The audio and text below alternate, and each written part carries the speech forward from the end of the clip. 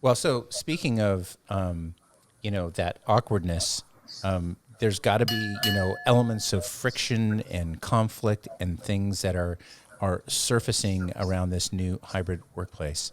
What are your thoughts on that, Tracy? Well, the new hair shirt is what you're referring to, right? Yeah, that kind of, like we're putting on, like, we're going back into the workplace. Like we've been sitting in our baggy shorts.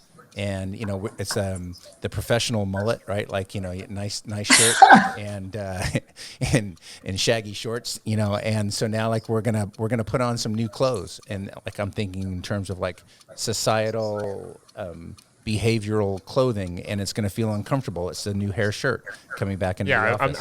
Imagine wearing a shirt made out of hair. Like how uncomfortable that has got to be. Yeah, it's an age-old analogy, right, of discomfort.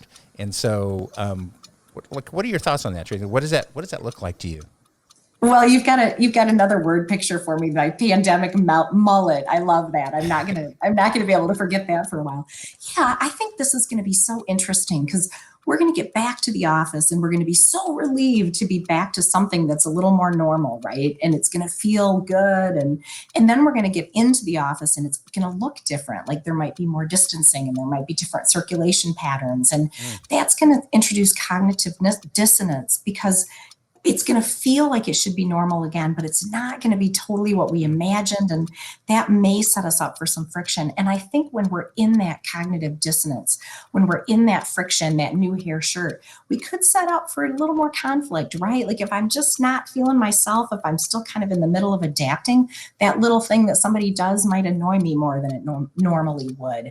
We have to get used to working in new ways. And that getting used to it process may bring in some conflict and some friction. So I think we've got this opportunity to really, really be especially patient with ourselves and probably with each other as well as we just get used to how things will be similar, but not the same. How can an organization work to kind of like think forward on this and start to kind of plan out, like just to be able to kind of like, there's this concept that says like if you instant pre-play, you'll instant replay, which means like you think through the process, you visualize how it could be up front, and then when you are put in that situation, you respond to it in kind. How does one go about kind of like pre-playing those circumstances and getting ahead of that curve?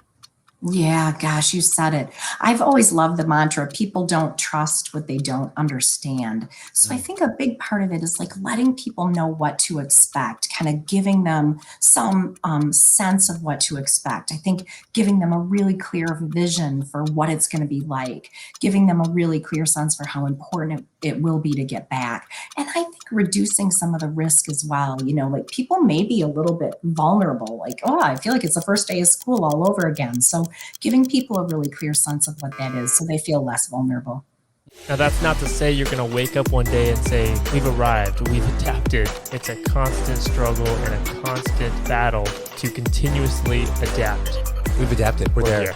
Yeah. That doesn't exist. Well, there's a great saying that kind of builds on what you just mentioned, which is like, how do you open up a small business? You open up a big one.